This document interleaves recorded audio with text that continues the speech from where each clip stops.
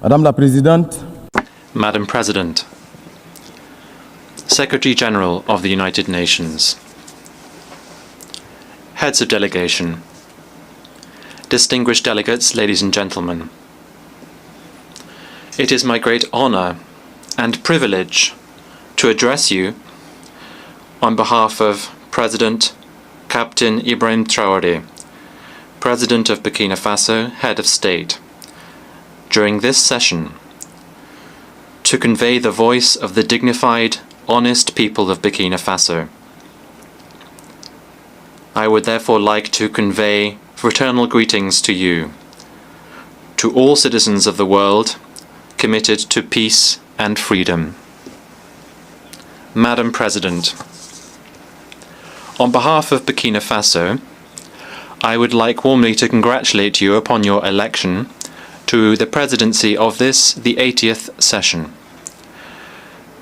Your election bears witness to the trust of the international community in your leadership, your ability to listen to other views, and to dialogue. In Burkina Faso, you will find a sincere, constructive, and committed partner. I would also like to express my gratitude to your predecessor, Mr. Philemon Yang. My gratitude for the high quality and rigor of the work he undertook during the previous session. Madam President, distinguished delegates, ladies and gentlemen, Burkina Faso fully aligns itself with the statement delivered on behalf of the Alliance of Sahel States by the Republic of Mali, together with Niger as well. We belong to a community of aspirations in a forum of renaissance and breaking with the past. Secretary General, Burkina Faso would like to pay tribute to the work of the UN system and its partners in this common quest for stability and prosperity. The present meeting, which is being held 80 years after the adoption of the United Nations Charter, is a suitable opportunity for us to take stock candidly of what our organization has achieved. And that is what the topic for this meeting suggests that we do. Better together, 80 years and more for peace, development, and human rights. This is fully relevant in light of our mutual commitment to bring about a world that is more just and to build more effective multilateralism. It is therefore part of this approach that should guide every nation, every sub-regional, regional, and international group. This is the oak anniversary after 80 years that should really lead for us to carry out an introspective assessment of what we have achieved. Rather than being a cause for celebration, this anniversary is in fact akin to looking at an embarrassing fiasco, a collective disappointment, and a structural failure. Because we have to be honest with ourselves, we should humbly recognize that even though globally there have been some achievements, there is rather a negative backdrop as a result of 8 decades of optimism that have been sorely put to the test, 8 decades of disappointment, 8 decades of shattered dreams, 8 decades of failure to meet the moment, in a nutshell. That is unfortunately the bleak picture of a UN that many of our forefathers from 1945, if they were still alive, would have struggled to accept. It is therefore difficult to celebrate given such a mixed backdrop to this anniversary. How can we understand the fact that Africa, the cradle of humanity, and where there are so many conflicts, and which represents more than 1 billion human beings, remains excluded from the Security Council's decision-making bodies? How can we accept the fact that peacekeeping missions, financed to the tunes of billions of dollars, are leaving our countries in the lurch and are leaving behind frustration and suffering rather than tangible results. The causes of this collective failure are well known to all, notably the member states themselves, who, after 8 decades, have, within this General Assembly, devoted their energies to defend noble causes and to propose realistic reforms without being successful in this quest. What can we do if the decisions of the General Assembly, which are not binding, are simply making it irredeemably inaudible and ineffective? Could we expect the Security Council to be more successful when it is tarnished by politicization and when it is powerless as a result of its inconsistencies and ineffective because of its permanent divisions? What is even worse is that this Council, whose role today is misused, the Council is in fact a troublemaker as a result of the tacit, underhand and sometimes active complicity of some of its permanent members, who are themselves major actors and financiers of the crises of our time. That is what the Security Council has become. It has become a pernicious body, which, as a result of the predatory behaviour of some of its permanent members, they can decide which country will be on the Council's agenda, in which other country peacekeeping operations can be sent, as if to better legitimize their role. We are therefore powerless in the face of the failure of initiatives which are nevertheless good ideas as a result of the rivalries between states and the unresolved crises that are so numerous, most emblematic of which is the conflict between Israel and Palestine, which has lasted too long. The sinful inaction of the international community in the face of lack of trust and the authority of states which have been undermined by terrorists. It is time for an awakening and for bold reforms, without which the Security Council will remain an anachronistic institution and will not be able to meet the moment. Ladies and gentlemen, in a world that is changing rapidly as a result of rapid digital change and the persistence of geopolitical tensions, it is critical that we reconsider our economic development strategies. International trade can no longer be conceived through rigid schemas and imbalanced models that have been imposed upon us. Rather, it should be focused on strengthening economic autonomy, local use of resources, and promoting genuine social justice. It has been recognized today that lasting prosperity involves proactive industrialization policies, maximizing the value of raw materials and creating decent jobs, notably for young people. That is why we urgently need to break with the cycle of dependence on the export of raw materials. This is a model that increases our vulnerability and is a permanent brake on our emergence. In Burkina Faso, presidential initiatives bear witness to this determination to build a productive, inclusive and resilient economy which can bring new horizons for our citizens. That is why my country reaffirms its commitment to building a fairer multilateral trade system based on international solidarity and making the most of scientific progress, technological advancement and innovation, which are genuine levers for shared, lasting development. Madam President, like other nations in the Sahel, my country is going through one of the most testing times in its history. For almost a decade now, Burkina Faso has been attacked by terrorists supported by dark forces. These groups are coveting our resources. They are trying to shatter our sovereignty and impose the law of chaos. But rather than resigning ourselves to this fate, we have chosen to stand up with dignity and resistance under the leadership of our President, Captain Ibrahim Traore, we decided to take our destiny in our own hands by mobilizing our defense and security forces, supported by volunteers for defending the fatherland, who are genuine heroes, by building up the Patriotic Support Fund, which is fueled by our citizens' voluntary contributions and contributions from our diaspora and friends of our country throughout the world. Since 2023, this fund has collected more than 413 billion CFA francs, which is startling proof of the patriotic spirit and unity of our people. By carrying out historic reforms to achieve food sovereignty, to restore our lands, and to relaunch our agricultural production, and to reduce our dependence on imports. These efforts that our determined people have undertaken are now bearing fruit.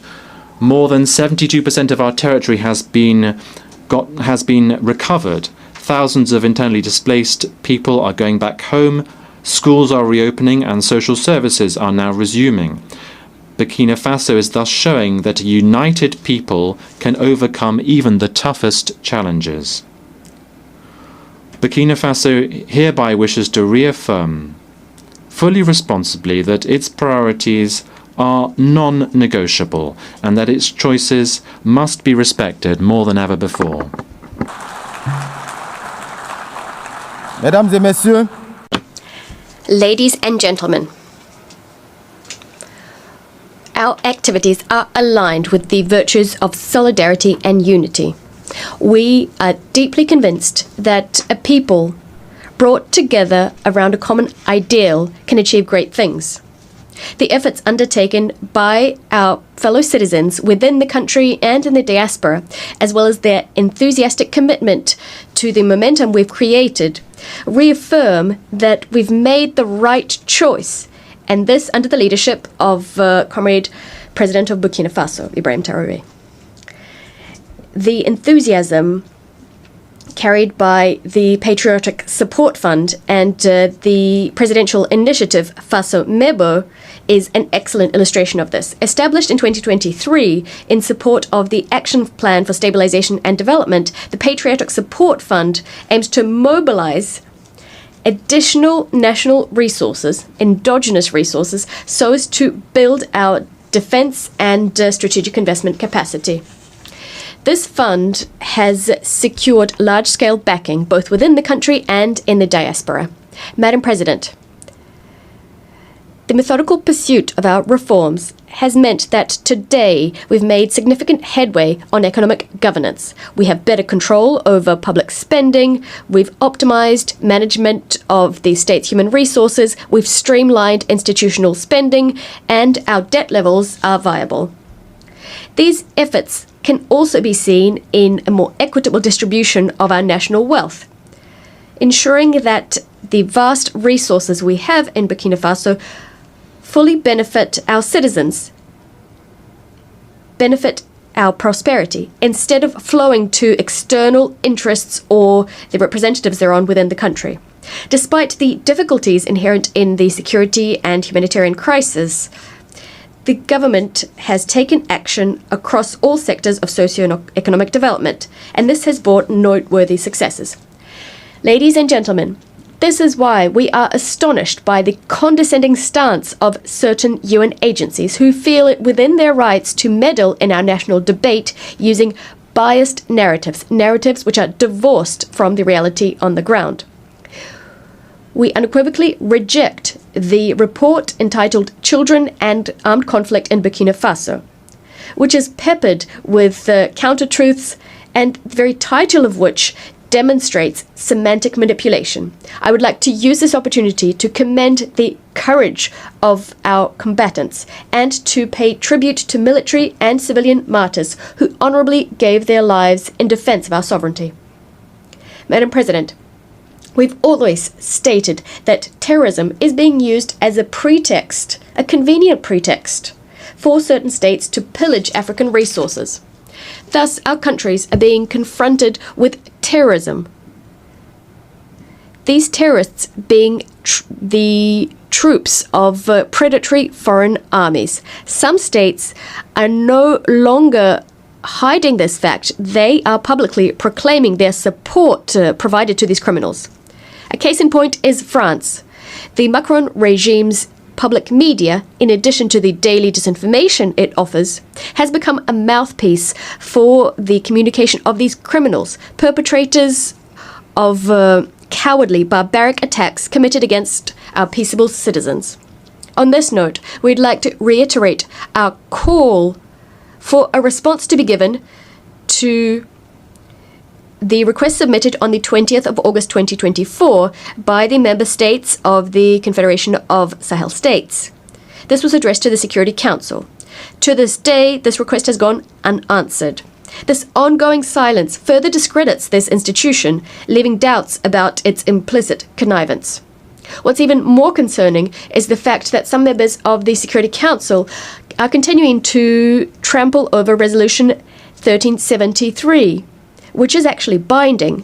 This resolution imposes the suppression of terrorism financing, strengthening border controls, and enhanced international cooperation.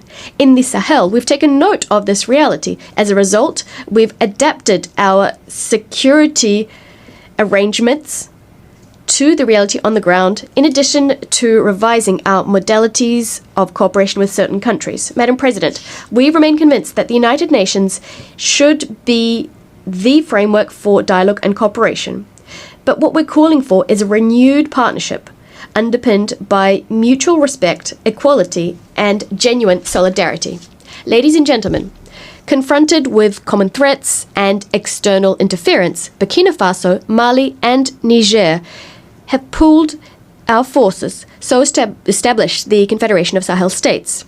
The ASS is not a retreat, it's not a way of turning inwards, not at all. It is us asserting that we have the right to determine what happens to us, to pinpoint our own priorities, and to craft regional cooperation that exclusively serves our people.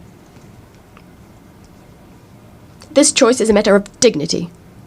We are refusing a system whereby our countries were all too often used as a territory for the maneuvering by foreign players in pursuit of foreign agendas.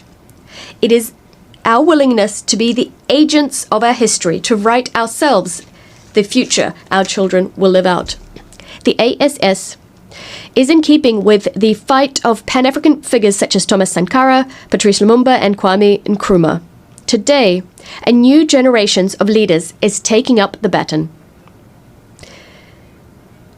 Firmly convinced, and this conviction brimming with inspiration, the inspiration given by the father of the August 1983 revolution, the idea that only struggle liberates.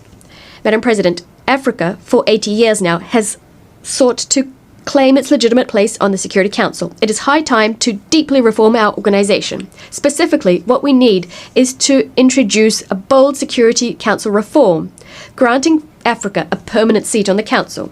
We must also improve resource management to make the United Nations more effective, to bring it closer to the people it claims to serve.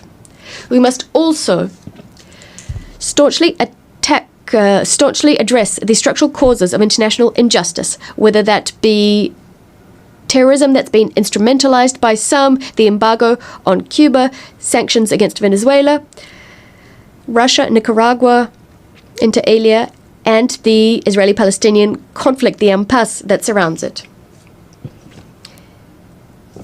There's also the role to be played by China in our future. There's also the specific case of the Bolivarian Republic of Venezuela. We'd like to reiterate our unswerving support to the Venezuelan people, which for decades has suffered campaigns of isolation, illegal sanctions, and constant provocations. Faced with this flagrant interference in the sovereign affairs of this nation and this economic attack, which has disastrous humanitarian consequences, we'd like to express our solidarity with this country, Venezuela. Venezuela, which is resisting with dignity so as to maintain its right to craft its own destiny, free from ultimatums and foreign diktats. We appeal to reason and to diplomacy to end all hostile actions directed against Venezuela. Mr. Secretary General, I would now like to address you. it is high time for our organization to change paradigms. Because today, the United Nations finds itself in the same situation as the defunct League of Nations. The UN isn't able to make its voice heard, to ensure that its own principles are upheld. It's not capable of ensuring compliance with its decisions and resolutions by the powers that be. It's incapable of ensuring respect for international law, of settling many conflicts, or ensuring that it lives up to the task of addressing current challenges. Mr. Secretary General, you have an excellent opportunity to go down in history by shouldering your responsibilities to enact an in-depth transformation of the United Nations, on which so many hopes were pinned when it was established. You have the support of millions of people the world over to turn the organization into a genuine guarantor of peace and security in our world, instead of an instrument of domination in the hands of whoever is currently the mightiest. Despite the various pressure, despite all the power plays, we know that you have the ingenuity to liberate the organization and to ensure it is up to the task of our common ambition. Madam President, turning to development issues, Burkina Faso applauds the holding of the 4th International Conference on Financing for Development. It is our hope that the conclusions drawn in Seville will contribute to the advent of a financial architecture that's more equitable, which respects the sovereignty of states and support genuine transformation of developing countries. In a similar vein, it's absolutely vital to address the factors which serve as a brake on the full implementation of the Sustainable Development Goals, which are supposed to enact positive transformation in our world under the auspices of the United Nations. Ladies and gentlemen, 80 years after the penning of the UN Charter, our organization has not fulfilled the hopes pinned on it in 1945, far from it. 80 years on, our world brims with injustice and suffering. There are risks of yet another large-scale conflict. They are becoming increasingly palpable. This is a source of concern for the future. But it is not too late to give new impetus to our common home, the impetus it currently lacks. Burkina Faso, true to its Pan-Africanist heritage, would like to reiterate its faith in renewed, fair and equitable multilateralism. We will resolutely defend our sovereignty and our dignity. However, we will also stretch out our hands to all nations enamored of justice, freedom and solidarity. Long live the United Nations organization, a reformed organization, a credible organization. Long live the Confederation of Sahel States. Long live Burkina Faso, a dignified, sovereign country standing firmly on our own 2 feet. Motherland or death, we shall prevail. I thank you.